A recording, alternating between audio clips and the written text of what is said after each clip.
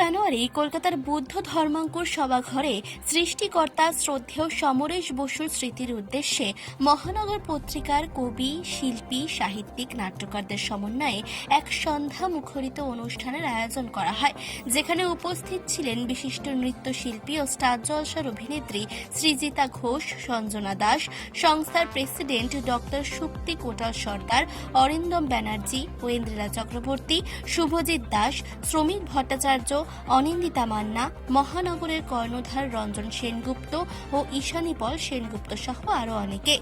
এদিন সংস্থার তরফ থেকে অনেকেই তাদের বক্তব্যের মধ্যে জানান, দীর্ঘ 5 বছর অতিক্রান্ত পথ চলার পর আজ এরকম একটা অনুষ্ঠানের আয়োজন করা হয়েছে, যার মূল উদ্দেশ্য হল যে সমস্ত ব্যক্তিরা তাদের মনের অভিপ্রায় প্রকাশ করার কোনো সুযোগ পায়নি তাদেরকে সুযোগ করিয়ে দেওয়া। এছাড়া অনাথ বাচ্চাদের মধ্যে খাদ্য, বস্ত্র বিতরণ ও শিক্ষার ব্যবস্থা করে দেওয়ার প্রতিশ্রুতি দেওয়া হয়। অনুষ্ঠানটিকে সুন্দরভাবে সঞ্চালন করেন মহানগর পত্রিকা ম্যানেজমেন্ট গ্রুপের কর্ণধার শ্রমিক ভট্টাচার্য। প্রথমত আজকে যে অনুষ্ঠানটা শুরু করতে পেরেছি বলাটাই বেস্ট হবে। তার কারণ হচ্ছে শুরু করার আগে আমাদের অনেকবার আমরা পিছিয়েছি, করবো কি করবো না। সত্যি কথা বলতে মহানগর আজ যে জায়গায় দাঁড়িয়ে আছে সেই জায়গায় মহানগরের 22 জন সদস্য, সেখানে দাঁড়িয়ে মহানগরের 4 জন সদস্য মাথাপিছু যারা এগিয়ে আসছে। তো এটা মহানগরের হয়ে আমার খুবই খারাপ লাগে যে এতজন থাকতেও আমরা সেইভাবে দাঁড়াতে পারছি না। তো কিন্তু বলতে নেই, মহানগরের যারা পুরনো সদস্য ছিল, পুরনো মেম্বার ছিল, তারা আমার একটা ফোনে তারা চলে এসছে, তার জন্য তাদের কাছে আমি খুবই কৃতজ্ঞ। এবং এই প্রোগ্রামটাকে সাকসেস করতে আমাকে সাহায্য করেছে, তার জন্য কৃতজ্ঞ।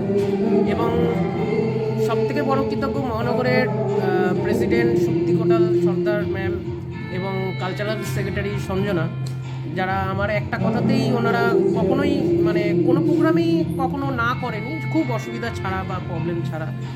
সবারই একটা ব্যক্তিগত জব লাইফ রয়েছে, সেখান থেকে টাইম দিয়ে তারা আসছে, তাই জন্য আমি খুবই কৃতজ্ঞ।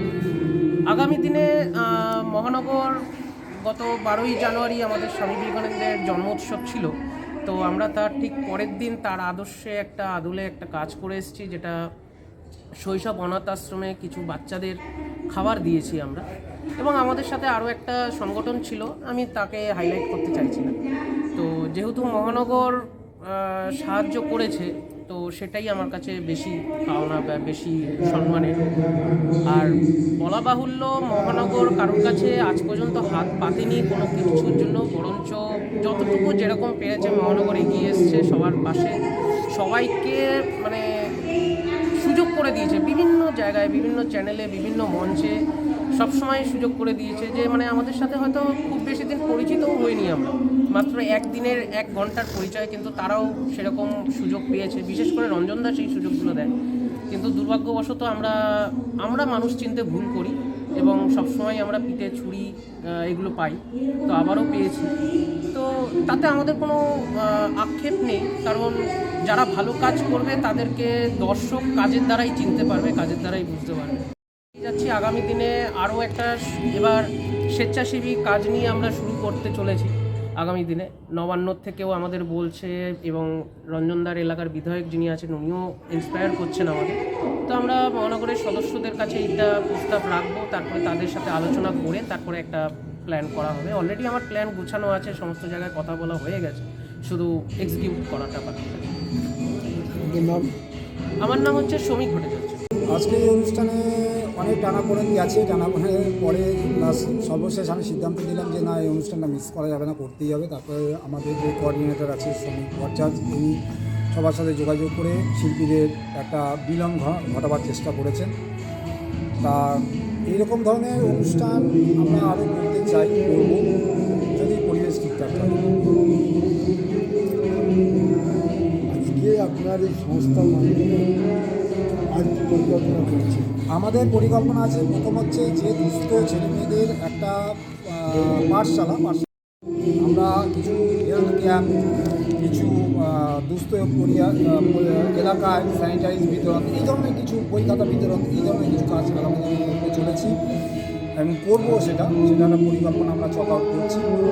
এই ধরনের পরিকল্পনার পাশাপাশি সাংস্কৃতিক জগতে যারা প্রতিভা, যেসব প্রতিভা আছে, অনেক প্রতিভা আছে, গরিব প্রতিভা আছে, যারা মঞ্চে সুযোগ পায় না বা কোনো স্টেজে সুযোগ পায় না বা কেউ ডাকে না, অবহেলা করে, তাদেরকে আমি বলতে চাই, যেমন আপনার রেড লাইট এরিয়ায় অনেক বাচ্চারা আছে যাদেরকে আমরা দেখেছি, যাদের মধ্যে অনেক প্রতিভা আছে। আমি কালকে রিসার্চ করেছিলাম, দেখলাম অনেক প্রতিভা আছে, কিন্তু তাদের কেউ তোলে না, কোনো মঞ্চেও তোলে না, কোনো জায়গায় কেউ ডাকেও না, পারফরমেন্স করতে সুযোগও দেয় না। আমরা চাইছি সেই সব ছেলেমেয়ে, এই এলাকার ছেলেমেয়েদের তাদেরকে এনে মঞ্চে স্থান দেওয়া বা কোনো একটা বড় প্ল্যাটফর্মে সুযোগ দেওয়া। আমার নাম রঞ্জন সিং। ভিউয়ার্সকে কি মেসেজ দেবেন? হ্যাঁ, কি মেসেজ দেবেন, মানে ভিউয়ার্সকে কি মেসেজ দেবেন? আমরা আমরা মানুষজনকে এবং সমাজকে এটাই মেসেজ দিতে চাইছি যে আপনারা মহানগরের সঙ্গে আসুন, আপনারা মহানগরকে বিশ্বাস করে আসুন, কারণ মহানগর এমন একটা জায়গা যেখানে মানুষকে ঠকায় না, মানুষকে প্ল্যাটফর্ম দেয়। এখন একটা বিজনেস হয়ে গেছে, সংস্কৃতি জগতের নামে একটা বিজনেস হয়ে গেছে। এই অ্যাওয়ার্ড দেওয়া, এই গান বাজনা আবৃত্তির নাম করে আপনার করা, এগুলো হচ্ছে একটা হয়ে গেছে। আমি দেখছি আমরা সেই জায়গাটা করি না। আমরা চাইছি যে মানুষজন যাদের একটু আগেই বললাম যে রেড লাইট এরিয়া ছেলেমেয়েরা চান্স পায় না, তাদেরকে একটা প্রতিভা মঞ্চ সুযোগ করে দেওয়া। মধ্যমগ্রাম থেকে আসছি। তো আমি এখানে অ্যাওয়ার্ড বা গান বা আদার্স যে সবার পার্টিসিপেশন এরকম কিছু বলবো না, বলবো এটা একটা পরিবার, এটা একটা ফ্যামিলি এবং টিম ওয়ার্ক, যেটা রঞ্জন দা এবং সমিতা দুজনেই যে এই মহানগর পত্রিকাকে যে এগিয়ে নিয়ে যাচ্ছে, এটা আমি আজকে প্রথম এরকম নয়, আমি আগেও এসেছি মহানগর পত্রিকায় প্রোগ্রাম করতে। তো আমি মনে করি এটাকে টিম ওয়ার্ক, যাতে সবাই মিলে একসাথে একটা টিম গেম আমরা একটা পার্টিসিপেট করা, এবং এখানে পুরনো নতুন বলে কেউ না, সবাই যে আমরা এনজয় করছি জিনিসটাকে, এবং ভালো ভালো নতুন নতুন ট্যালেন্ট আমরা এই প্রোগ্রামের মধ্যে দিয়ে যে দেখতে পাচ্ছি, তার জন্য অনেক অনেক ধন্যবাদ জানি মহানগর পত্রিকাকে, এবং তার সাথে যারা মেন দুজন চালাচ্ছে রঞ্জন দা এবং সুরঞ্জন, অনেক অনেক ধন্যবাদ জানাবো আমাদের এখানে আনা যাবে। আগামীকাল মহানগরে যখন চেষ্টা করছে আর ট্রাই করছে আর ফিউচার আর এগিয়ে যায়, কী বলবেন এটা নিয়ে? ওনাকে কী বলবেন? মহানগর পত্রিকাকে বলবো অবশ্যই তারা এগিয়ে যাবে, এবং আমার দিক থেকে যদি কোনো হেল্প লাগে তো আমি সবসময় চেষ্টা করবো আমাদের পাশে থাকার জন্য, কারণ আমি আগেও বলেছি এটা একটা টিম ওয়ার্ক, ফ্যামিলির মতোই। তো আমি মহানগর পত্রিকাকে নিজের ফ্যামিলির মতোই, নিজের পরিবার মতোই মনে করি। সেক্ষেত্রে যদি আমার দিক থেকে কোনো হেল্প লাগে আমি সবসময় পাশে আছি। আমার নাম ইন্দ্রদীপ চক্রবর্তী, আমি মধ্যমগ্রাম থেকে আসছি। ধর্মাঙ্কুর সভাগৃহে আমাদের সমস্ত মেম্বারেরা এসে বিভিন্ন রকম অনুষ্ঠান, তারা নৃত্য, আবৃত্তি, গান পরিবেশন করেছে, এবং আমাদের বাংলা ভাষার যে সংস্কৃতি, বাউল গানও এখানে পরিবেশিত হয়েছে, বাংলা আবৃত্তি, গৌড়ীয় নৃত্য, এই সমস্ত কিছুর মধ্যে দিয়ে আমাদের যে বাংলা সংস্কৃতি আমরা বহন করে চলেছি, এবং আমরা মহানগর ইভেন্ট ম্যানেজমেন্টের তরফ থেকে বিভিন্ন শিল্পীকে বিভিন্ন মঞ্চে সেই সুযোগগুলো দেওয়া হচ্ছে, আরও প্রচারের আলোয় আমরা আসতে পারছি। সেজন্য মহানগর ইভেন্ট ম্যানেজমেন্টের কর্ণধার রঞ্জন সেনগুপ্ত এবং শ্রীমতী ঈশানী পল সেনগুপ্তকে আমরা ধন্যবাদ জানাই।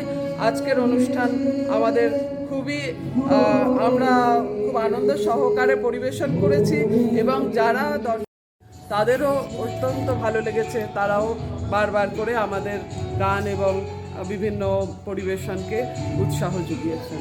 ধন্যবাদ। আগামী দিনের জন্য আপনি কি ভাবছেন?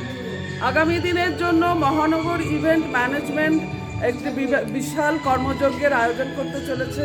এখানে বিভিন্ন রকম শিল্প সংস্কৃতি শেখানো এবং নিচু ক্লাসে পড়ানো, সেগুলোও যেমন হবে, তেমনি এখানে বিভিন্ন রকম মঞ্চে এবং বিভিন্ন যে সংবাদ মাধ্যমে, সামাজিক মাধ্যমে বিভিন্ন শিল্পীদের প্রচারের আলোয় আনার জন্য সার্বিকভাবে মহানগর চেষ্টা করে চলেছে।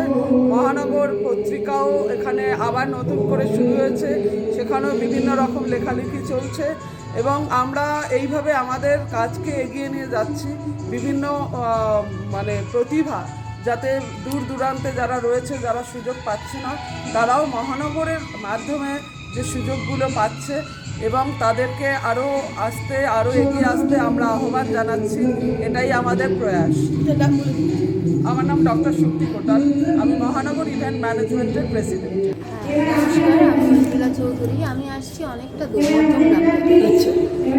এখানে এসে ভালো লাগলো, কেমন লাগলো তার থেকে বড় কথা যে আমরা জানি একজন অনবদ্য লেখক বা একজন সৃষ্টিকর্তা, একজন শিল্পী সমরেশ বসু, সত্যেও সমরেশ বসু, তিনি যে পথ চলা শুরু করেছিলেন সেই মহানগর পত্রিকার হাত ধরে আমরা হেঁটে চলেছি এবং সেই পথকে মানে আমরা যে অনুসরণ করে চলতে পারছি তার জন্য আমার একটি বিশেষ কৃতজ্ঞতা যায় অবশ্যই রঞ্জনদা এবং সুমনদা দুজনকেই। কারণ এই দুজন মানুষের সঙ্গে সেই প্রথম থেকে আমার আলাপ এবং সেই প্রথম থেকে একসঙ্গে আমরা এই পথ অনুসরণ করেই চলেছি। তো আজ আমার এখানে এসে সত্যি ভীষণ ভালো লেগেছে। এর আগে আমি এসেছি, যোগদান করেছি একজন নৃত্যশিল্পী হিসেবে, কিন্তু আজ আমি একজন লেখিকা বা একজন আমি আমার নিজস্ব কবিতা আবৃত্তি করে এখানে সত্যি ভীষণ ভালো লেগেছে। খুবই ভালো। রঞ্জনের সঙ্গে কি বলবো? দুজনকে এটাই এদিকে একটু আসি। দুজনকে অবশ্যই আমার দুপাশের দুজনকে বলবো যে ওনারা অবশ্যই খুবই ভালো কাজ করছেন। সব থেকে বড় কথা, এটা এমন একটা মঞ্চ যেখানে নতুন শিল্পীদের তাদের শিল্প প্রতিভা বিকাশ করার, প্রকাশ করার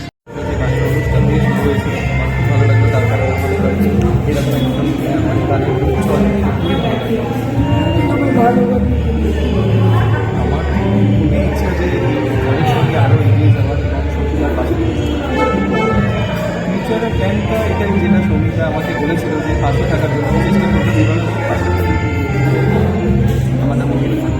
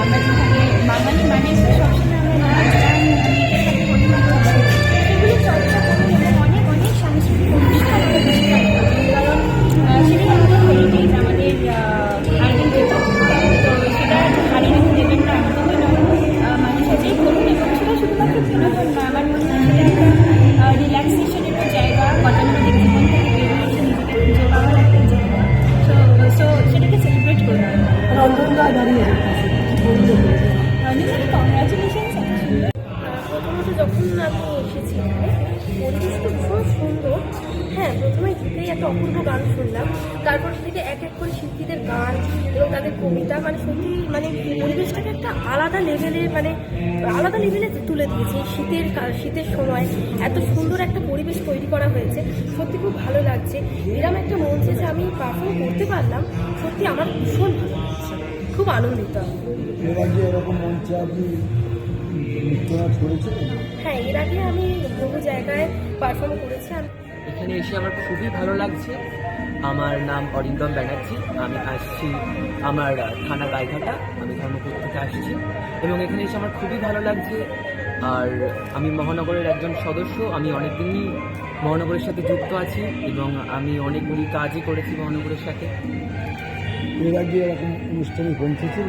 হ্যাঁ, মহানগরের সাথে এরকম আগে অনেক অনুষ্ঠান। কলকাতা থেকে মানসী বসুর রিপোর্ট, চেতনা বার্তা, জেগে থাকে, জাগিয়ে রাখে।